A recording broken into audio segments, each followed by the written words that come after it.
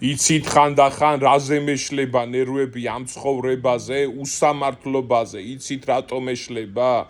თუნდაც გურიკა დადიანიძის საქმეს რო გადავხედავ 12 წელი დედა ასე უგზოუკლოდ დადის, ასე უგზოუკლოდ დაეძებს საკუთარ შვილს, ეს მტარვალები, ეს უნამუსოები კიდე ხმას არ იღებენ.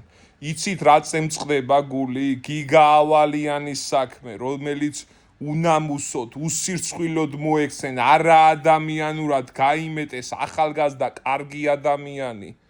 ახლა რაღაცა ზედმეტად ჭორაობენ კიდე და თითქოს რაღაცა ჭორებს უყრიან მას, მეზიზღებით ყველანი ვინც ამას აკეთებთ, მეზიზღებით.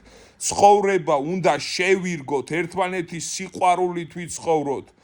რა პასუხს აძლევთ დედას, რომელიც ასე ტკივილით არის ყოველ დღე, რა პასუხს აძლევთ გურიკა დადიანიძის დედას, რა პასუხს აძლევთ გიგა ავალიანის დედას, რომელიც ადამიანს აღარ გავს თანამედროვე დროის ოთარ ამთქვრივად იქცა ეს ადამიანი მებრძოლის ჟინით.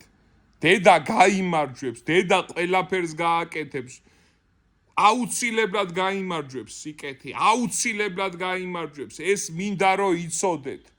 ცხოვრებას ნუ ამახინჯებთ, ნუ გვიმახინჯებთ ყოველ დღეს რა, ნუ გვიმახინჯებთ თქვენი არაადამიანობით, ნუ გვიმახინჯებთ, ნუ ფიქრობთ რაღაცა აბსურდზე.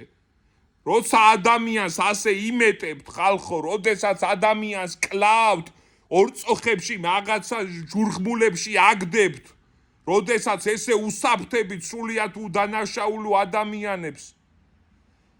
მერე როგორ ცოცხლობთ, გამაგებინეთ, როგორ ცოცხლობთ საერთოდ, სული როგორ გიდგათ, ან როგორ იძინებთ, ან როგორ იყვიძებთ, თქვი არაადამიანებო, ნაცირლებო. რატო ამწარებთ ახალგაზრდა დედებს?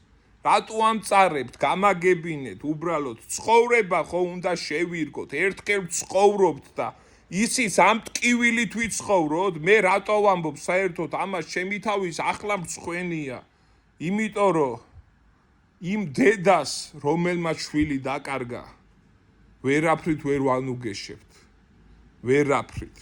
ცხოვრება სასტიკია, ცხოვრება ძალიან საზიზღარი რაღაცაა. ჩვენ კიდე ერთმანეთს უნდა გაუტკბილოთ ეს ყველაფერი, მაგრამ არა და არა, ღორები მუდამ იარსებებენ და მუდამ ღორულად იცხოვრებენ რა, ამას უკვე შევეგუე.